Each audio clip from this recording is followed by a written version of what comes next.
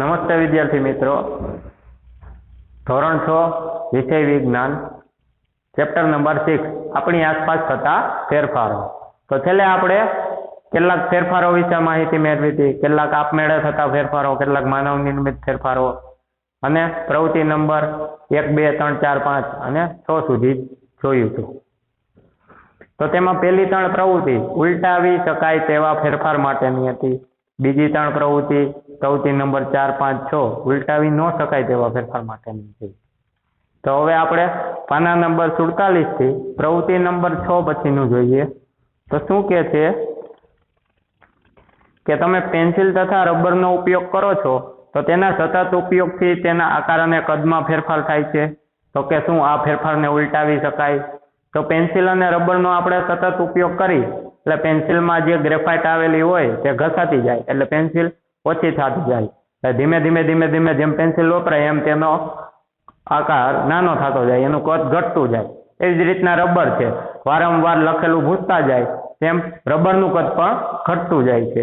તો આમાં આપણે લખી શકીએ પેન્સિલ તથા રબરનો ઉપયોગ કરીએ તેમ તેના આકાર અને કદમાં ઘટાડો જોવા મળે છે. પછી શું કહે છે તો કે શું આ ફેરફાર ઉલટાવી શકાય છે? તો કે આપણે જે પેન્સિલ નાની થઈ ગઈ હોય વાપરીને તો એ આકારમાં પાછો વધારો લાવી શકીએ. પેલા જેવી પેન્સિલ હતી એ લાવી શકતા નથી. તો કે ફરીથી આપણે આ ફેરફારને ઉલટાવી શકાતો નથી. અને રબરમાં પણ તેમ જ જોવા મળે. જે રબર વાપરી નાખ્યું હોય, ધીમે ધીમે નાનું થઈ ગયું હોય તો શું આને આપણે મોટું કરી શકીએ? તો કે ના, રબર જેવડું હોય તેવડું જ રહે છે. તો કે આ ફેરફારને આપણે ઉલટાવી શકાતા નથી. તો તમારી બુકમાં વિદ્યાર્થી મિત્રો જવાબ લખજો, આ ફેરફારને ઉલટાવી શકાતો નથી. પછી કહે છે પાના નંબર 48 ઉપર, તમે કુંભારને પોતાના ચાકડા પર કામ કરતો જોયો હશે. તે માટીના ઢગલાના વાસણોને આકાર આપે છે. કુંભાર હોય છે તે ચાકડા ઉપર બેસી અને માટીનો ઘડો બનાવતો હોય, ચાકડો ગોળ ગોળ ફરતો હોય એને ચાકડો કહેવામાં આવે છે. પછી એની ઉપર ઘડો રાખી અને સરસ મજાનો ઘડો બનાવતો હોય છે. તો હવે તે માટીના વાસણોને પછીનો એક સવાલ પૂછ્યો છે તો કે શું આ ફેરફારને ઉલટાવી શકાય છે? તો કુંભાર જે ઘડો બનાવે છે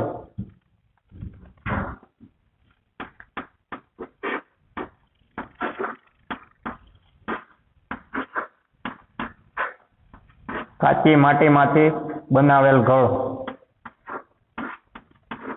કુંભારે એક આસણો બનાવે એનું એક ઉદાહરણ લે તો કે કાચી માટીમાંથી ઘડો બનાવે છે. તો તે ઘડો બનાવેલો હોય, હજી તેને અગ્નિમાં પાકી અને શેક્યો નથી, ત્યાં લગી એ ઘડો જ્યાં લગી પાકો ન થાય ત્યાં લગી એને ફરીથી ભૂકો કરી અને માટીમાં ફેરવી શકાય. તો કાચી માટીમાંથી બનાવેલ ઘડો એ ઉલટાવી શકાય તેવો ફેરફાર થાય. માટીમાંથી આપણે કોઈ રમકડું બનાવ્યું હોય તેને ભઠ્ઠીમાં હજી શેક્યું ન હોય, તે પહેલાની પ્રક્રિયા છે, એને એમને માટીમાંથી બનાવેલું છે તો તેને તોડીને પાછું માટીમાં પરિવર્તિત કરી શકાય. તો તેને ઉલટાવી શકાય તેવો ફેરફાર કહેવાય.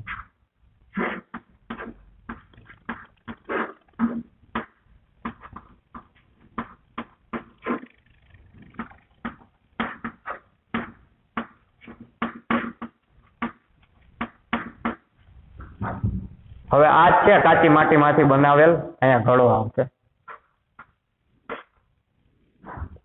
હવે આ જ કાચી માટીમાંથી બનાવેલ ઘડો છે અને ભઠ્ઠીમાં શેકી નાખી, ભઠ્ઠીમાં ઘડાને પકાવતા. ઉદાહરણ નંબર 1 કહી અને ઉદાહરણ નંબર 2 કહી.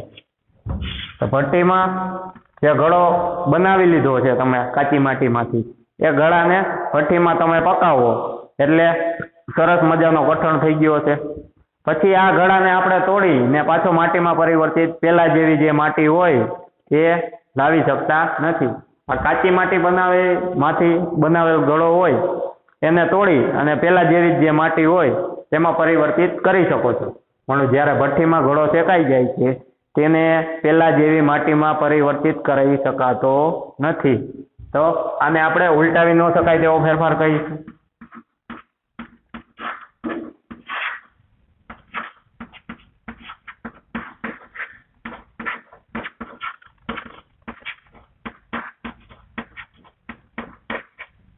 તો પોતાની ફેસબુકમાં આ 2 નોંધ નોંધી લેજો. ત્યાર પછી કોષ્ટક નંબર 6.1 કેટલાક સામાન્ય ફેરફારો માટેનું કોષ્ટક આપેલું છે. તો તેમાં એક બાજુ ફેરફાર દર્શાવેલા છે અને બીજી બાજુ ઉલટાવી શકાય છે કે નહીં તે દર્શાવેલું છે. તો કોષ્ટક દોરીએ આપણે.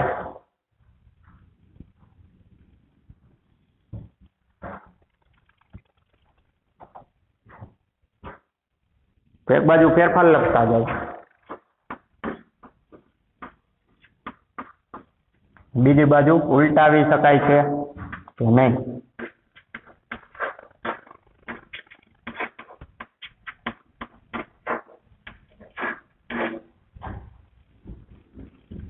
અહીંયા હા કે નામાં જવાબ આપણે દેવાનો છે. તો પેલો ફેરફાર કયો છે વિદ્યાર્થી મિત્રો? કાચા ઈંડામાંથી બાફેલું ઈંડું. એટલે કાચું ઈંડું આપેલું છે એમાંથી બાફેલું ઈંડું.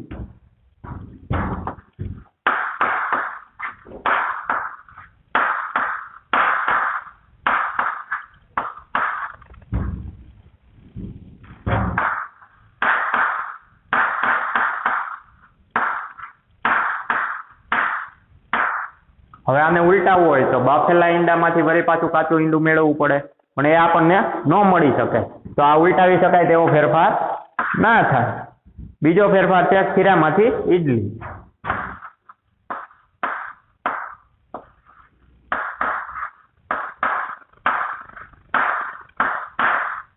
ખીરામાંથી કોઈ ઈડલી સરસ મજાની ઢોકળા જેવી બનાવી છે ઈડલી, તો ખીરામાંથી એકવાર ઈડલી બની ગઈ પછી ઈડલીમાંથી પાછું ખીરું મેળવી શકીએ તો કે ન મેળવી શકીએ. તો આ ઉલટાવી શકાય તેવો ફેરફાર ન થઈ શકે. તો આમાં પણ ના.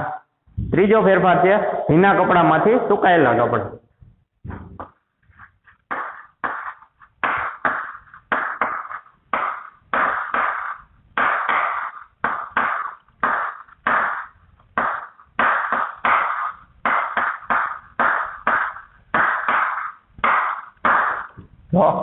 ભીના કપડા છે એને તડકે રાખો તો સુકાઈ જાય. પછી સુકાયેલા કપડાને પાછા ભીના કરવા હોય તો કે થઈ શકે. ફરી પાછા પાણીમાં તેને ડુબાડી દો તો સુકાયેલા કપડા ફરી પાછા ભીના થઈ શકે. તો આ ઉલટાવી શકાય તેવો ફેરફાર. તો અહીંયા શું આવશે? હા, આ ફેરફારને ઉલટાવી શકાય છે. ચોથું છે ઊનના દોરામાંથી બનાવેલ સ્વેટર.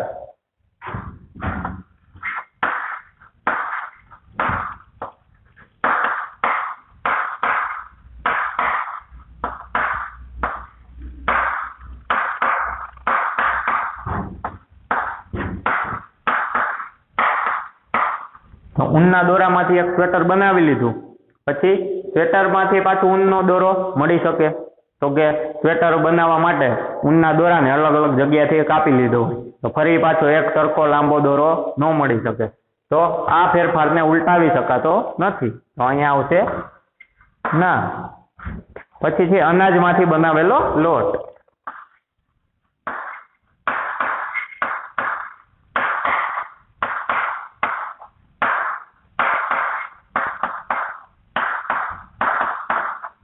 તો એકવાર અનાજને દરી નાખ્યું ઘંટીમાં, લોટ સ્વરૂપે નાના ચૂરા સ્વરૂપે મેળવી લીધું, પછી એની માંથી ફરીથી અનાજ બનાવી શકાય. ઘઉંનો લોટ દરી નાખ્યો, પછી લોટમાંથી ફરી પાછા ઘઉં બનાવવા હોય તો ન બનાવી શકી. તો આને ઉલટાવી શકાતું નથી. તો આ ફેરફારમાં ના. તો કે આ ઉલટાવી શકાય તેવો ફેરફાર નથી. પછી ઠંડા દૂધમાંથી ગરમ દૂધ. ઠંડા દૂધમાંથી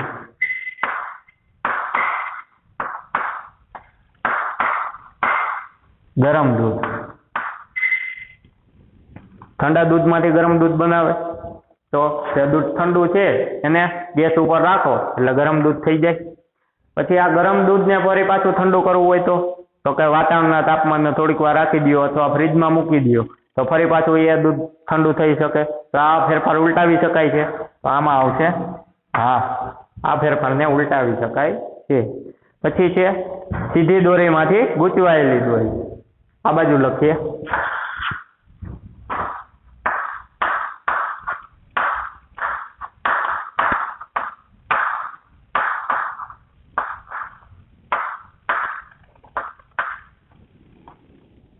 ગૂંચવાયેલી દોરી.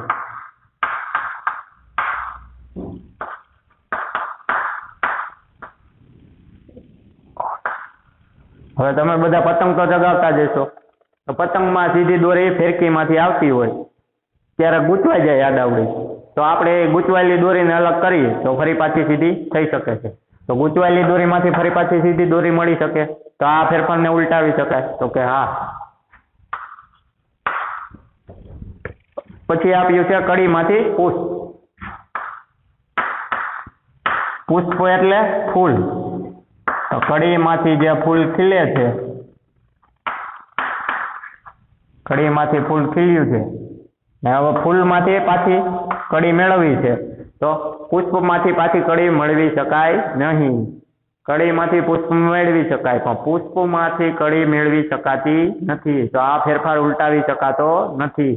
અહીં લખીશું ના. પછી છે દૂધમાંથી પનીર.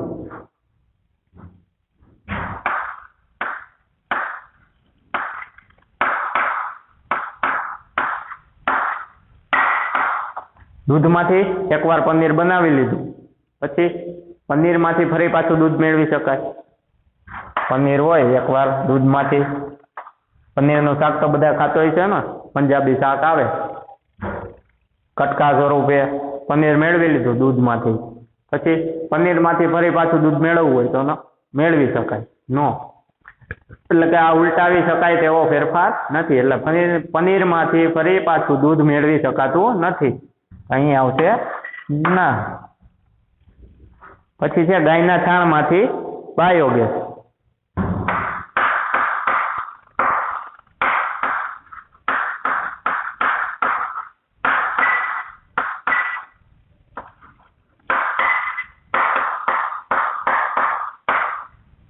ગાયનું છાણ હોય એમાંથી આપણે જે રાંધણ ગેસ આવે એવી રીતે એક બાયોગેસ આવે, જે વાયુ સ્વરૂપે હોય. તો ગાયના છાણમાંથી એકવાર બાયોગેસ મળી ગયો, એ ગેસમાંથી ફરી પાછું છાણ મેળવવું હોય તો મેળવી શકાતું નથી. તો આ ઉલટાવી શકાય તેવો ફેરફાર નથી. તો અહીં લખીશું ના. પછી છે ખેંચાયેલ રબર બેન્ડમાંથી સામાન્ય કદનો રબર બેન્ડ.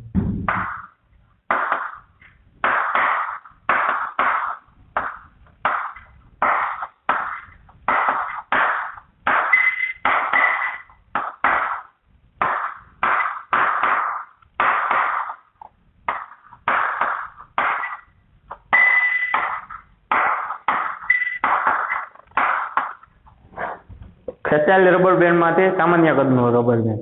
તો તમે રબર તો જોયું જ હોય, માવામાં વીંટે, અલગ અલગ બીજી વસ્તુઓમાં વીંટે. તો એ રબર બેન્ડ એકવાર આમ તમે ખેંચો, ફરી પાછું મૂકી દો તો મૂળ સ્થિતિમાં આવી જાય. એટલે સામાન્ય કદનું રબર બેન્ડ છે, એમાંથી પાછું ખેંચાયેલું રબર બેન્ડ મેળવવું હોય તો મેળવી શકાય ને, ખેંચાયેલ રબરમાંથી સામાન્ય કદનું રબર બેન્ડ મેળવવું હોય તોય મેળવી શકાય. એકવાર ખેંચો પછી મૂકી દો એટલે જેવું હોય એવું થઈ જાય, ને મૂકી દો એમાંથી પાછું ખેંચો એટલે ખેંચાયેલ રબર બેન્ડ મળી જાય. તો કે આ ફેરફાર ઉલટાવી શકાય. અહીં આવશે હા. છેલ્લું છે થીજેલા આઈસ્ક્રીમમાંથી પીગળેલો આઈસ્ક્રીમ.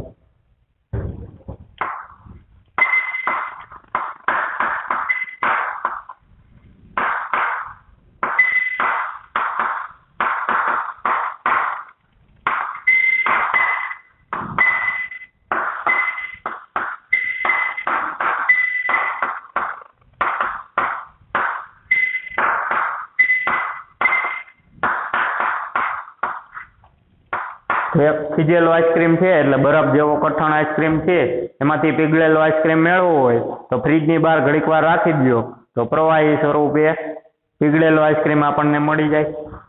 ને આ પીગળેલા આઈસ્ક્રીમમાંથી ફરી પાછો થીજેલા આઈસ્ક્રીમ મેળવવો હોય, બરફ જેવો કઠણ કરવું હોય પીગળેલા આઈસ્ક્રીમને, ફ્રીઝરમાં રાખી દો એટલે બરફ જેવો પાછો કઠણ આઈસ્ક્રીમ મળી જાય. તો આ ફેરફારને ઉલટાવી શકાય છે. તો અહીં શું લખશું?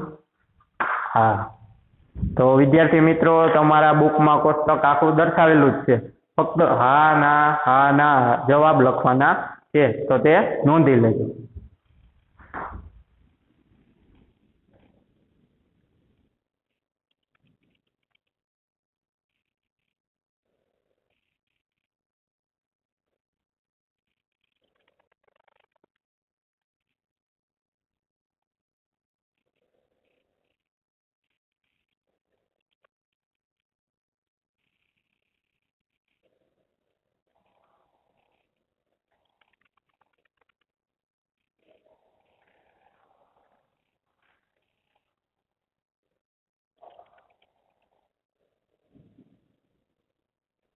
હવે વિદ્યાર્થી મિત્રો આગળ જોઈએ 6.2 તો તેમાં કહે છે શું ફેરફાર કરવા માટેની અન્ય કોઈ રીત હોઈ શકે, એટલે કે તમારે ફેરફાર કોઈ વસ્તુમાં કરવું હોય તો એની માટે કોઈ અલગ અલગ રીત હોઈ શકે, તો તેના વિશે જોઈએ. તો આપણે સૌએ માટી ખોદવા વાળા ઓજાર જોયા જ હશે. ખેતરમાં જે માટી ખોદવા માટે અલગ અલગ ઓજાર વપરાય, પાવડો છે, કોદાળી છે, કોઈસ છે, તો એ ઓજાર આપણે જોયા જ હોય. તો તેમાં તમે આ ઓજારને ધ્યાનથી નિરખ્યા છે કે ઓજાર કેવું હોય છે, તો કે લોખંડના ફલકને કેવી રીતે લાકડાના હાથામાં ફિટ કરવામાં આવે છે. લોખંડનો જે પાવડો હોય એમાં લાકડાનો ઊભો જે હાથો હોય તો એને કેવી રીતે ફિટ કરવામાં આવે છે, તો જોઈએ આપણે આકૃતિ દ્વારા સમજીએ.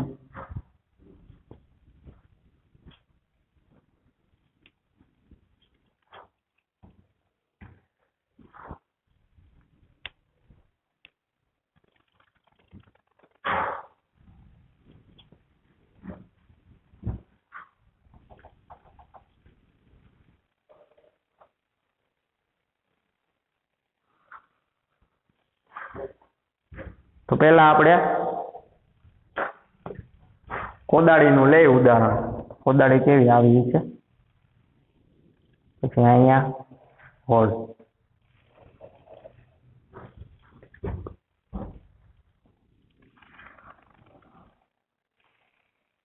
આવી આપેલી હોય છે. એમાં આગળ શું લખ્યું છે, લાકડાનો હાથો દોરીએ આપણે.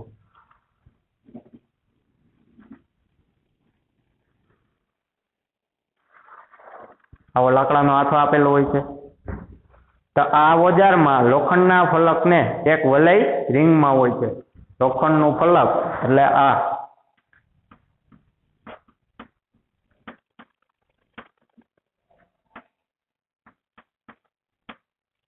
એમાં વલય કે રિંગ આપેલું હોય છે. તો આને વલય કહીશું અથવા રિંગ કહીશું. જેમાં લાકડાનો હાથો ફિટ કરવામાં આવે છે. એટલે કે આ લોખંડનું ફલક છે એમાં આ લાકડાનો હાથો આમાં ફિટ કરવામાં આવે છે. તો સામાન્ય રીતે આ વલયનો વ્યાસ એટલે જે આથી આપેલી હોય ત્રિજ્યાથી બમણો, આટલા અંતરને આ બિંદુથી આ બિંદુ લગીના અંતરને વ્યાસ કહેવામાં આવે છે. વલયનો વ્યાસ એ લાકડાના હાથાના ઘેરાવા કરતા સહેજ નાનો હોય છે. એટલે શું કહેવા માંગે છે કે લાકડામાં આવેલો આ વર્તુળનો વ્યાસ એ આ લોખંડના વલયનો જે રિંગ આવેલી છે તેના કરતા આ મોટું હોય છે. આ રિંગ આ વલય કરતા મોટી આપેલી હોય છે. એટલે કે આ જે ગોળ છે વર્તુળ તે આ વલય લાકડાના રિંગ કરતા નાનું આપેલું હોય છે લોખંડનું, ને આ એનાથી મોટું હોય છે. હાથાને વલયમાં ફિટ કરવા માટે વલયને ગરમ કરવામાં આવે છે. તો કે આ લાકડાનો હાથો છે, આ વલયમાં ફિટ કરવો છે, તો સૌ પ્રથમ આ રિંગ તો નાની છે આના કરતા, તો આ રિંગને આમાં તરત બેસાડી શકાય નહીં. તો આ વલયને ગરમ કરવામાં આવે છે. પછી જેનાથી તેનું કદ મોટું થઈ જાય છે. એટલે કે આ જેને જ્યારે આ લોખંડના વલયને ગરમ કરવામાં આવે ત્યારે આ રિંગનું જે વ્યાસ છે તે મોટો થઈ જાય છે. એટલે આ રિંગ જ્યારે મોટી થઈ જાય, આ લોખંડના વલયને ગરમ કરવામાં આવે ત્યારે આ લાકડાના હાથને આ રિંગમાં બેસાડી દેવામાં આવે છે. હવે સરળતાથી હાથો ફિટ કરી દેવામાં આવે છે. જ્યારે વલય ઠંડુ થઈ જાય છે ત્યારે તે સંકોચાઈ જાય છે, જેનાથી તે હાથામાં ફિટ થઈ જાય છે. એટલે કે આ લોખંડના વલયને ગરમ કરીએ એટલે આ રિંગ છે તે આના જેવડી કદની મોટી થઈ જાય. પછી આ હાથો આમાં બેસી જાય. પછી જ્યારે આ ઠંડુ પડે ત્યારે મૂળ આકાર એટલે પોતાનો જે મૂળ આકાર હોય ઠંડો થાય એટલે આ નાની રિંગ જેવી થઈ જાય છે. એટલે આમાં સખત રીતે બેસી જાય એટલે લાકડાનો હાથો પછી એમાંથી ડગે નહીં. ત્યાર પછી બીજું ઉદાહરણ જોઈએ. તો કે આવા જ પ્રકારના ફેરફારોનો ઉપયોગ બળદગાડાના લાકડાના પૈડા ઉપર લોખંડની વાડ ફિટ કરવા માટે કરવામાં આવે છે.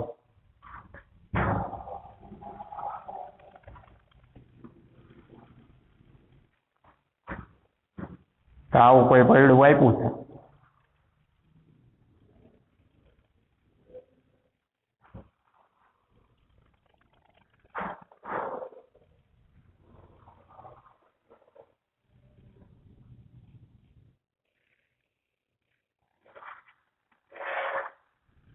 આ બળદગાડાનું પૈડું દોરીએ આપણે.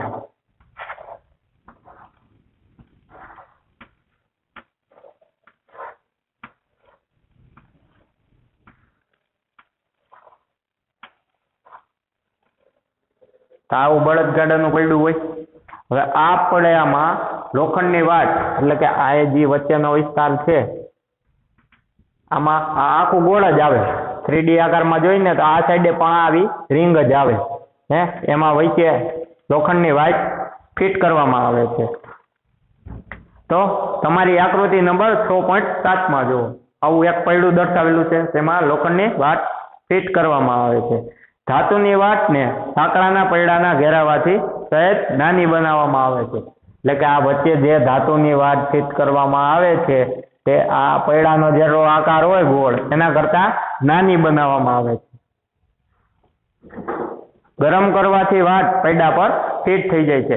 એટલે કે જેમ આ લોખંડના વલયને ગરમ કર્યો હતો તેમ આ રિંગની આ પૈડાની અંદર વાટ ફિટ કરવામાં આવે છે. એ રિંગને પણ ગરમ કરવામાં આવે છે એટલે એનું કદ મોટું થઈ જાય છે. એટલે એ પૈડામાં બેસી જાય છે. તો આ બળદગાડાના પૈડામાં પણ આવી જ રીતે લોખંડની વાટ ફિટ કરી દેવામાં આવે છે. તો હવે પછીની આગળની જે ત્રીજું ઉદાહરણ છે તે આપણે નેક્સ્ટ લેક્ચરમાં જોઈશું. જય હિન્દ, જય ભારત.